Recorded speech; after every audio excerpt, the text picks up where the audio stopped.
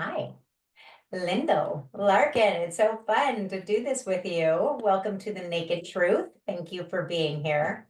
Thank you for having me, Robin, and I love this name. I couldn't do anything that was too serious. We had to No, have a little humor in the gotta moment. have some fun, The- especially together. Yeah, Yeah, yes, we had to have a little fun with this. There's a lot going on in our world over the last many years, and yeah, we gotta elevate at wherever and whenever we can. So. Um, absolutely. Super fun. So I'm excited to introduce you. I, of course, have known you for many, many years and in several iterations through your working Yeah. life. And I'm excited for you to share that story because I think it's an amazing story that so many women who are in their careers will go through, have gone through, want to go through. And I'm really excited for you to share your story with everybody in our audience. So thank you for being here. Yes, thank you. Happy to be here. So I'm going to take a quick minute and tell everybody a little bit about what you've done and just kind of give a tiny introduction. And then we're going to dive into your story and hear it directly from you if we can do that. Cool. So for everybody who doesn't know Lyndall the way that I do, Lyndall is an executive coach and a leadership advisor and a founder and principal of Larkin Leadership. And she's spent the past 20 years as an HR executive in a diverse range of industries, ranging all the way from early and mid-stage tech startups to nonprofits to luxury hospitality and global retail. It's definitely been a mix. And as a super high energy and collaborative thought partner, Lyndall's lifelong passion is supporting others to deliberately and repeatedly achieve exceptional results. And so currently she's doing this by supporting founders and CEOs and C-suites and the C-suite, I should say, with results focused on executive coaching, advisory, and bespoke offsites. Linda lives here in West Los Angeles, not far from me, and in her free time does some amazing work as a mentor with Amplify LA and Blue Startups, and is a guest lecturer at LMU and Hawaii Pacific University, and she's also been a board member of LA's Best, a local nonprofit. And then recently, because she didn't have enough on her plate, started volunteering with the Chrysalis organization, which is an amazing organization. Lyndall, we're going to have to talk about it because I've been wanting to get re-involved. I was involved with them many, many years ago, which is an organization that leads workforce reentry programs. And she wasn't interesting enough for you yet. She also travels, cooks, and entertains family and friends. So not much going on with our friend Lyndall over here, but that's just a little overview of our friends. Thanks. So now that everybody gets to know a little bit, I will also share that Lyndall and I have known each other for over 20 years at this point, and I think I placed you bazillion years ago in a very Mhm. entry level role, and we've always stayed in contact and been friends and supported each other through many work transitions as women. And so it's Yeah, really cool to be here and talk about yeah, it today. So I would love for you to share a bit of your story. And I think the focus of our conversation today, I'd love to just be about those transitions. And maybe you could just help tell the overall story. And then we can dig into pieces of it and help other people understand how to go through these transitions more gracefully, yeah. that it's okay to go through transitions. And sometimes it's scary, but you always get to the other side. And especially when we have coaches like you who help people. But I want to give the women in our audience and in our networks the courage to go through these transitions in the way that you have, is my goal. Mm. Thank you. Thank you for that. One thing I would like to point out, though, that we have known each other so long, and that is, I think, something unique because you've certainly placed me in different roles. I have hired you to help me when I've been in organizations to provide candidates. And I think one of the things that I have always appreciated about you, this is my you didn't know I was going to say this, but I think I've always appreciated that you really build the relationship and you connect with the human part of it. And I just posted something on LinkedIn about this concept today because I think, especially for me with recruiters in the talent acquisition space, it's very easy to focus on the employer and say, great, I'm going to focus on that and just give as many candidates. And I think on the coaching side, it becomes challenging because you see sometimes people getting into roles that are not necessarily the right fit, and we're trying to kind of shoehorn them in once they've already become part of the organization. And I think what I've always appreciated about you is that you build the relationship with the employer, but you also do with the candidate. So when you're actually placing someone, it becomes the right fit. And I think that's why I was successful in the very first role that you placed me in, because you really got to know me and said, okay, here's where I think you're going to succeed. And that set me up in a really powerful way for success. So thank you for that, because I don't think I've ever said that to you in that way before. Thank you. No, and I think that you literally just summarized my goal of who I hope to show up as. And I'm so glad Awesome. it is resonating and Me too. thank It you. is. It I'm so is. glad to hear that. And thank you for sharing that. I really appreciate that. My pleasure. I guess I'm going to start. This is going to sound like it's going to go way back. It is, but I'll be fast on that part. I actually started out my career aspirations. I wanted to be a commercial airline pilot, and I started flying when I was 16 years old. I received my private pilot's license, and I went to college with the intent of just getting my flight hours. And I did that for a couple of summers. And on the side, I had started working my summers in hospitality. I worked in restaurants, I worked in hotels, front desk, host, server, a wide range of kind of customer facing roles. And I never thought about that as a career. That was just something that I loved doing, and I loved the customers. I loved making people happy, but I was really focused on flying until I got a little bit burned out. I spent 2 summers flying, getting all my hours, and I applied for a job in a newspaper back when they had jobs listed in newspapers way back. And it was for a Minute tour ago. guiding role in the Canadian Rockies. I was going to school at the University of Washington. So I was in Seattle, and it was leading these 14-day bus tours up through, Jasper National Park, Banff, Lake Louise, Alberta. It was incredible opportunity. And that could be a whole different podcast, because I was sorely unqualified for it, and someone really believed in me and championed me to get into that initial role, and it changed my life. I spent 2 summers doing the tour guiding role, and I loved it so much that I always joked that I realized I was maybe an extrovert and shouldn't be safely and legally operating in a cockpit, but really be interacting with people more. But that was the first major pivot for me, was to focus on hospitality, and it shifted my whole world. And in hindsight, looking back, it all made sense. But at the time, it felt like this very weird little turnoff. And I thought, okay, I'll try this. I moved after college to Miami. I worked aboard a cruise ship. I worked in the corporate office of a cruise line. I took a meeting planning job where I traveled 6 days a week, different city every day, organizing the logistics for meetings. I was very heavily in the hospitality world.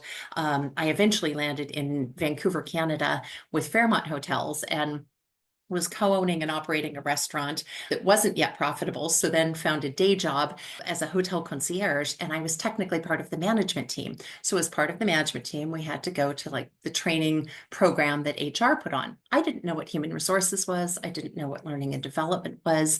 I just went to this 8-hour leadership course, and I fell in love with it. And I was completely new to the concept of anything they had shared. I had no idea that there was a learning and development manager on staff until that session. I went up to the gentleman at the end of it and I said, "So what do you do? Like, what is your role and how do I do this? Because I think this is what I want to do." And again, someone that believed in me, he took me under his wing very informally and mentored me for the 6 months before he was moved to his next assignment. I ultimately applied for that job, and I moved into the HR team and became the learning and development manager. And again, this massive pivot from just hospitality and service focus to what ultimately became an HR career for 20 plus years. And at the time, I don't know what HR is, but I'm learning and development. I'll focus on that. And it just continued to expand, and I adored it.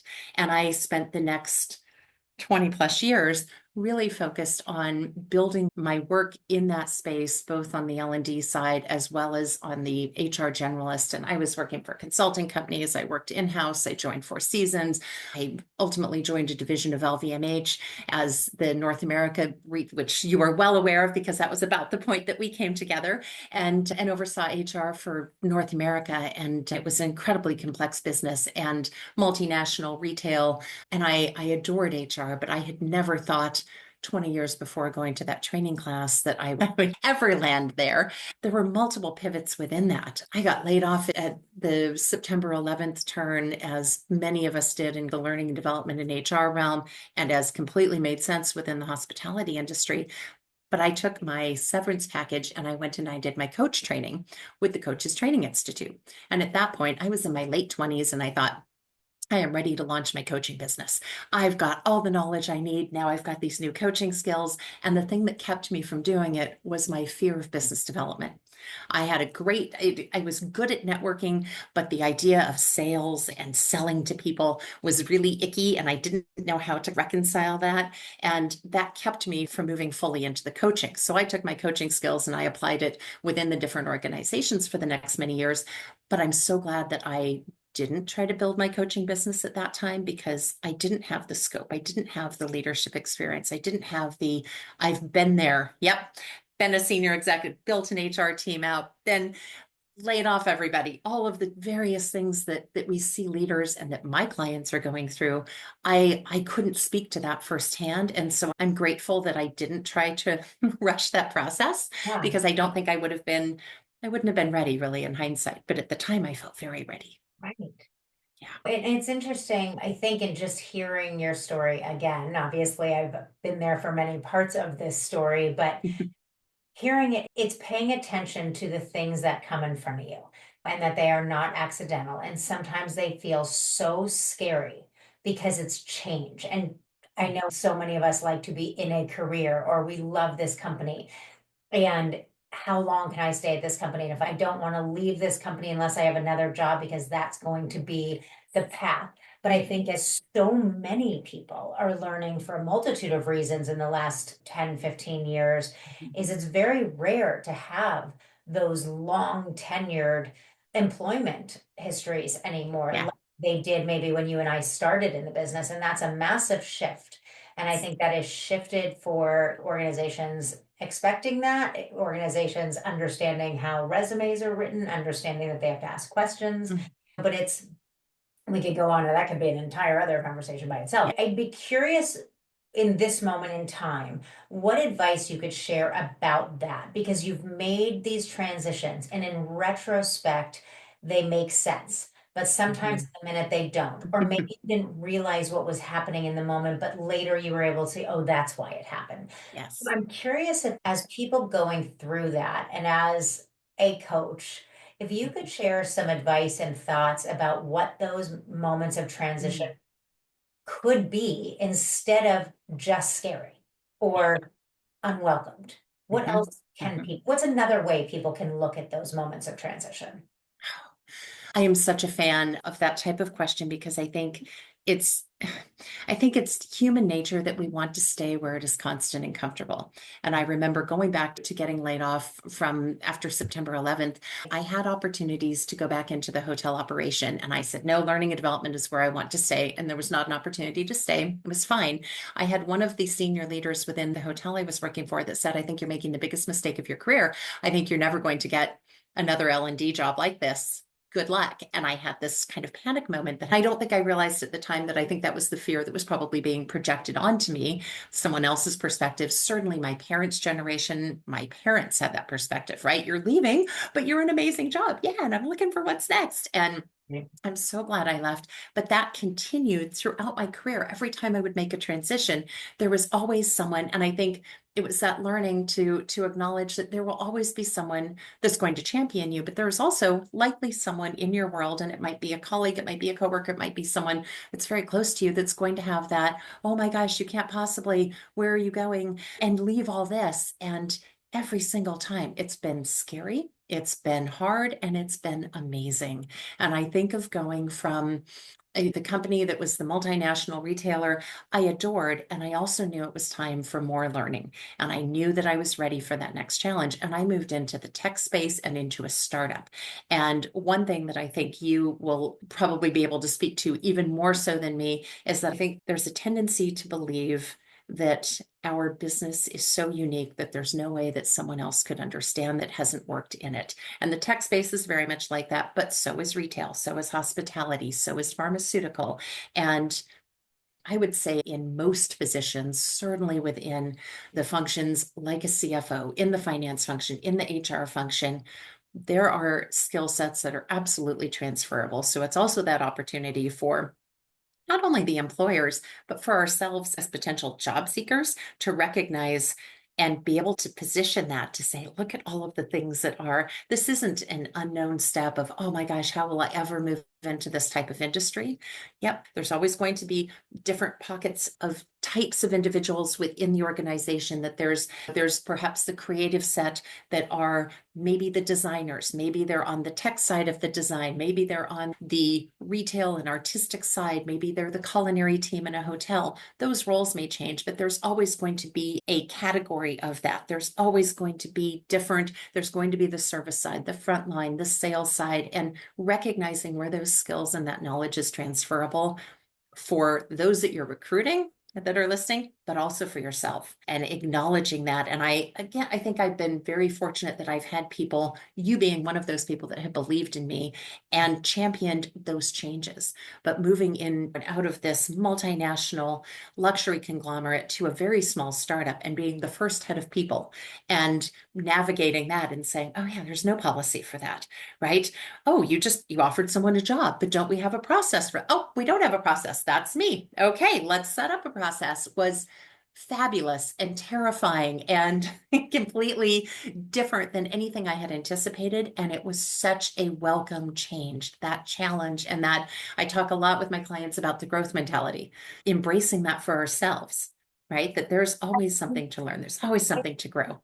Always something to learn. And I would say it's probably one of the things that has come up over the 30 years that I've been recruiting is Yeah. I'm recruiting for a startup and it's I don't want the person who's just at a big enterprise.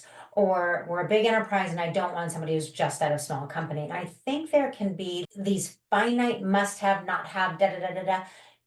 Sometimes you lose the possibility. And instead of maybe whether looking for self or looking for the candidate, not thinking of yourself as, well, I am a small person company, so I wouldn't go big enterprise. Or I wouldn't do this because I'm this, is really looking not at just that outside of small company, big company, Mhm. but what do you like doing? What is the thing you like doing? Because there are people that are in large enterprises that have had an opportunity to build within an enterprise and then they want to build it in a more nimble environment. And there's the benefit to an organization out there for somebody like that is that they have the benefit of understanding the big enterprise possibilities and best practices, but they have the inside of somebody and the passion of somebody and truly now the experience of somebody who loves building, right? And Yes. they may miss that person if they just stick to, I don't want that person, I do want this person. Yeah. And so I Yes. think that what I am hearing from you that resonates so deeply is that it's what is the actual skill set instead of how it was just applied, because Mhm. you can apply that startup Yeah. mentality in a large organization. You Yeah. could apply, I just like to be the big strategic thinker. I don't want to get into the nitty gritty Yeah. in both organizations. It's probably going to apply better to a larger organization. But it's Yes. what is it that you really enjoy out of the work you've done? Because a lot of us Yeah. have done a lot of it, right? Yeah. Like, Yeah. and, and I don't know if I took that in a direction you weren't expecting, but that's like certainly Mm. what I got from what you were talking about in the transitions you.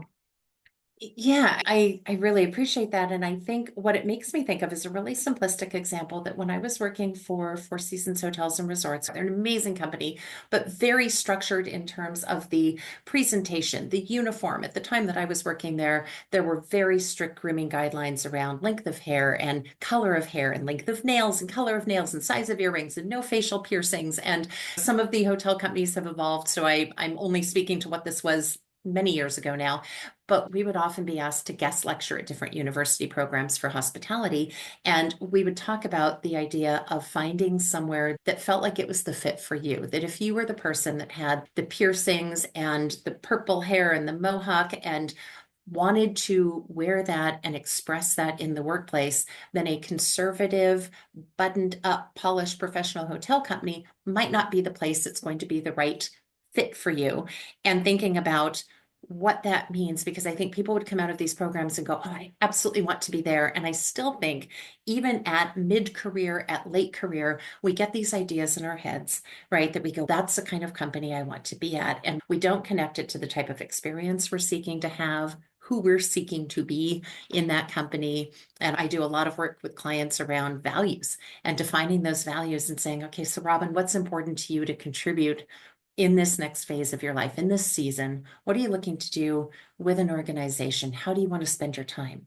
Right. And now, how do we find that? That it's not necessarily the shiny, glamorous, big name place. It might be, but it very well may not be. And how do we think about that? And I think it's tying it back to our own values. And that was something that someone gave me advice years ago around that. And I would find that theme as I looked for my next step. What experience am I seeking to have? And how does this connect with the values that I really want to express at this season in my life? And there's not one right answer, but it's finding that. And I'm sure you see that with your clients and kind of helping to navigate that process of even having clarity around it. We get caught up in like, pick me, pick me. It's like, okay, but you're also there. This goes both ways. Both ways, 100%. I mean, I have the most, the truest statement I probably know of at this point Mhm. is that it just happens for a reason, and it does every time. It never fail. That people, I've been like turned down by so many jobs and it just hasn't worked out. It hasn't worked out. And then they land and they're like, oh, because I was waiting for this one.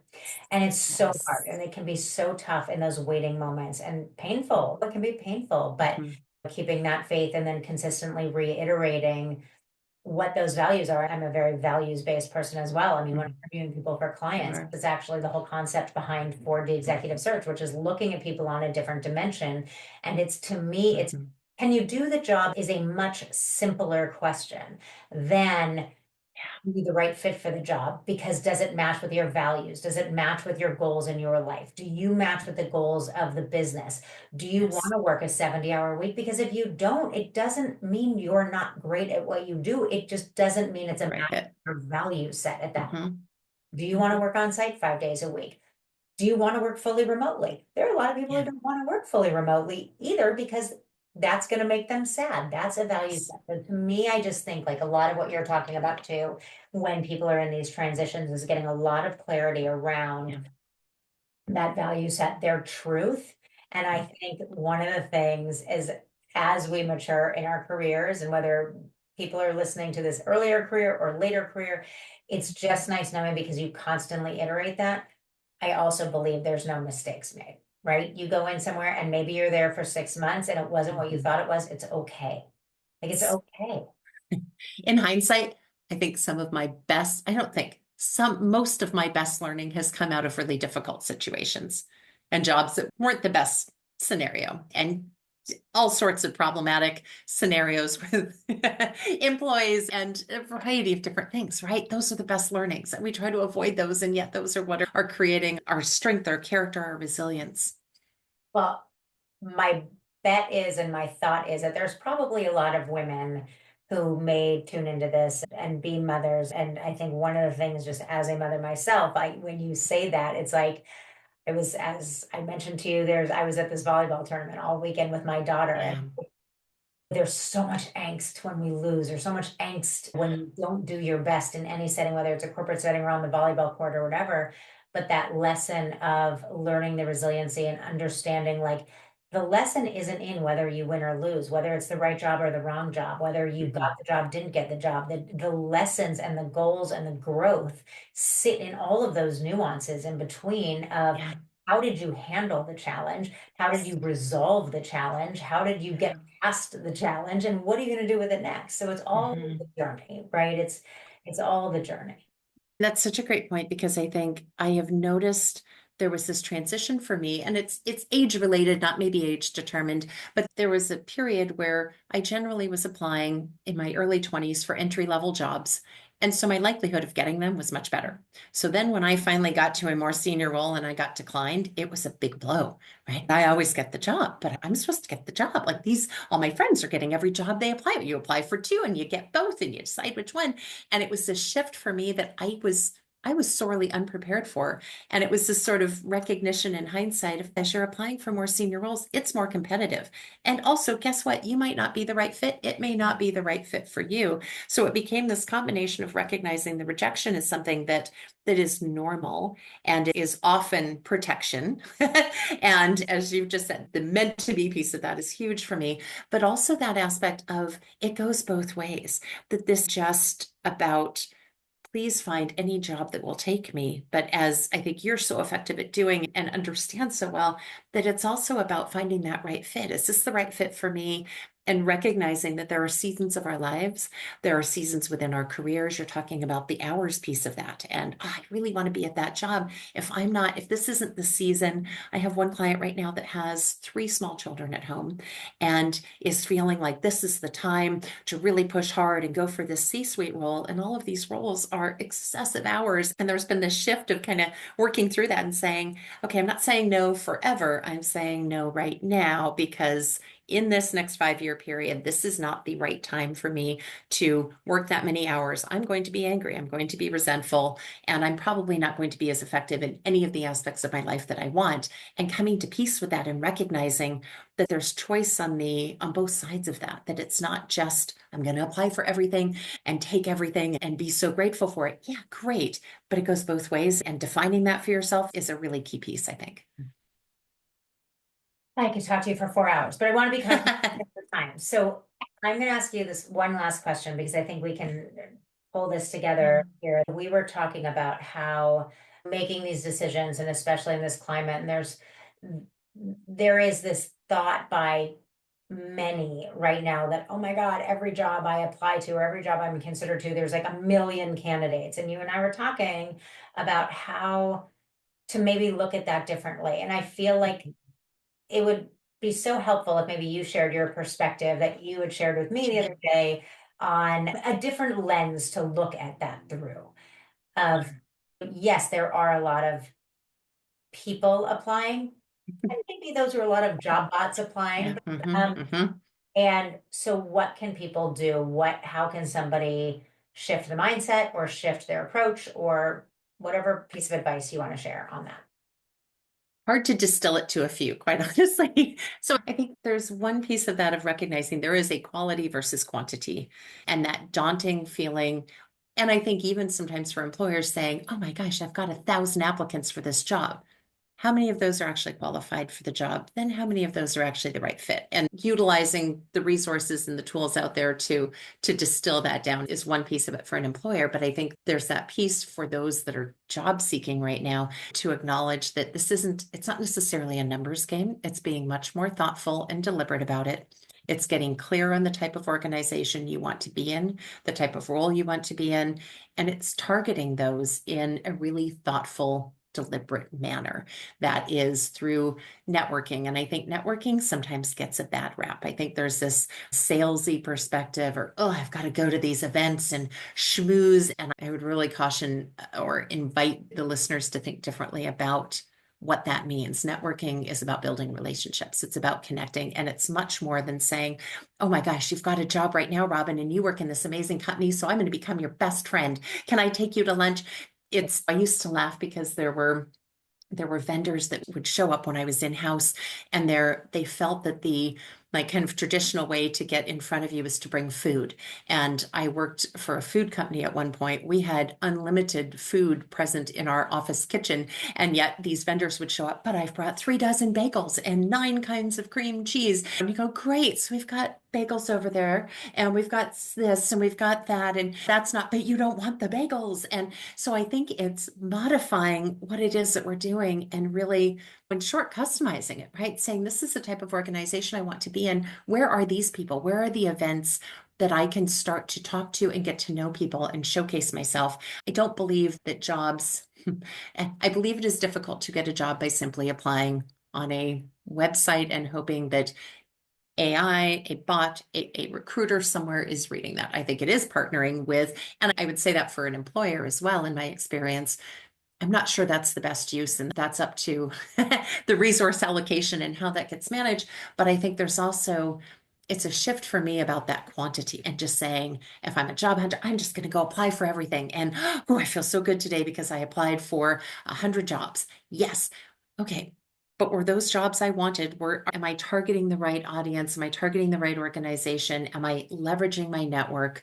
LinkedIn is a wonderful tool. There are many tools. There are many ways to always be thinking about this. And so I think it's stepping away from kind of the metrics of high numbers and being daunted as well by all of the statistics. I think it's very easy. I'm a big fan of budgeting our time in looking at media, at jobs numbers, for example. And I think there will always be someone in any market, I have realized, whatever it is you want to do, that will be right there to talk you out of it.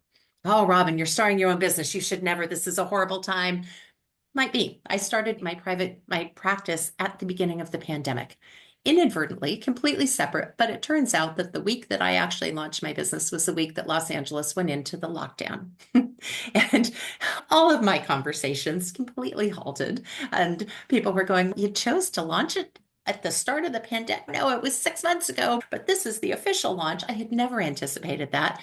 I don't know that it could have come out better in the end, because I think there was more of a focus on talent, on leadership, on the power of people and relationships than there has ever been.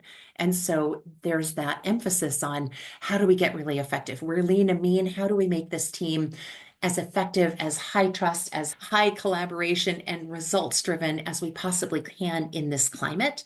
And it's been a surprise from it, but we could talk just in the last 5 years, the number of pivots that had to happen. And I know you have experienced that.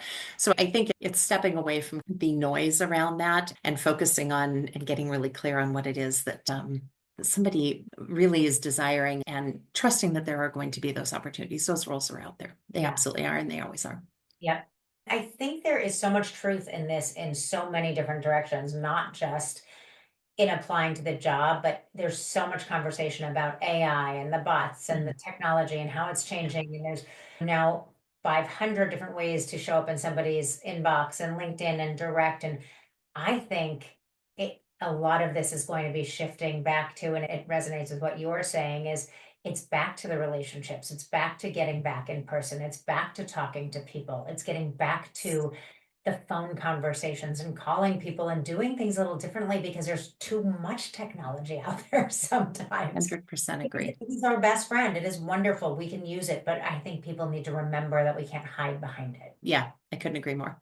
Well, we have been talking for a little while, and I want to really ask you this one question, because I think it's cool. And I think, as somebody who was always so thoughtful about how to show up for the moment, right? Like just what you were saying, you had to figure out accidentally that you had pivoted into a coaching career in the middle of the pandemic, and you've built some really interesting programs. And I know that you offer these sprint programs in your coaching, and then you have these long-term engagements in your coaching program. And as we're just talking in this audience, I'm just curious, and I'd love for you to share with us when people should consider just like a quick sprint in a coaching, like a quick fix versus a longer sprint, and how do we build this, and what the pros and cons are of that. Maybe we can just end.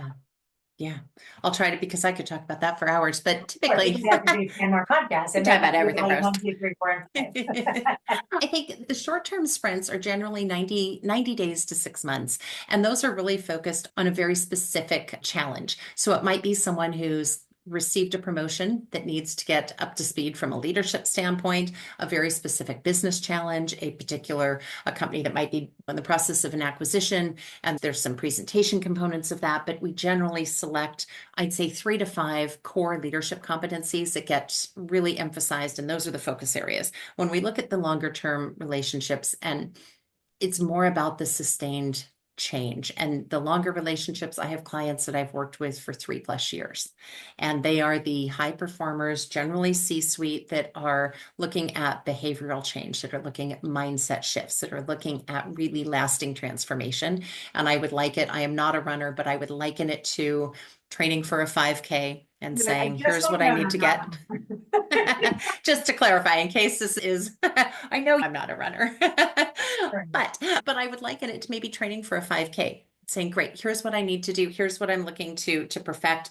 Can we get there? Versus a lifestyle change versus saying, here's the marathon. I want to become a marathon runner and I'm looking for transformation. I'm looking for long-term change. And I will say the people that I work with are generally the high performers that are looking to continue. They're embracing the growth mindset, right? And saying, how do I make it even better? How do I get even better every single day? It's really rewarding to work with those individuals because there's this level of self-awareness and generally low ego that comes with that. And we do stakeholder interviews where we're talking and saying, here's the feedback you're getting, right? Here's how that's landing. How do we adjust? How do we calibrate for that? And it's a really rewarding process and project, but there's space for both. I also do coaching groups where there's organizations that say, I've got a whole team, and how do we break that down where we're getting the coaching, but in a way that feels affordable and sustainable for our team and actually meets those needs for a larger group than just a couple of key executives, and then any kind of combination of those.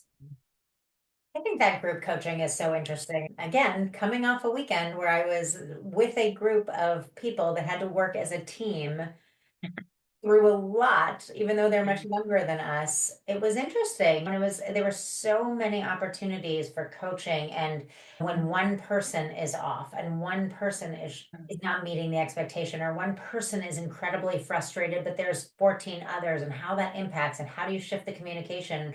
Who's the one to bring that person up? I can only Yeah, imagine how yeah, much you could accomplish in those moments as well. yeah. It's In powerful. each of those moments. For all of you who are listening, hopefully so many of you, you can find Lyndal at Larkin Leadership. Is it Larkin Leadership Academy? Mm-hmm. Larkin, LarkinLeadership.com. LarkinLeadership.com. Yep. Yeah. And as always, I come away from these conversations with you feeling like everything is going to be okay. And there's always another way to look at it. And if we're looking at it one way and there's a chance to shift and pivot, you're going to find it. And it just is always Mm, so inspiring. And I always feel thank you. better when I hang up the phone with you or end a Right Zoom back at you. conversation with you. So selfishly, thank Thank you you. so much. Mm, Um, thank you. thank you for sharing your story. And if anybody wants to hear more of it, I'm sure Lyndall is happy to hop on a call. We will Thanks, Robin. chat soon. I so appreciate your time. Thank you. My pleasure. So fun to be here. Have a So great fun. day.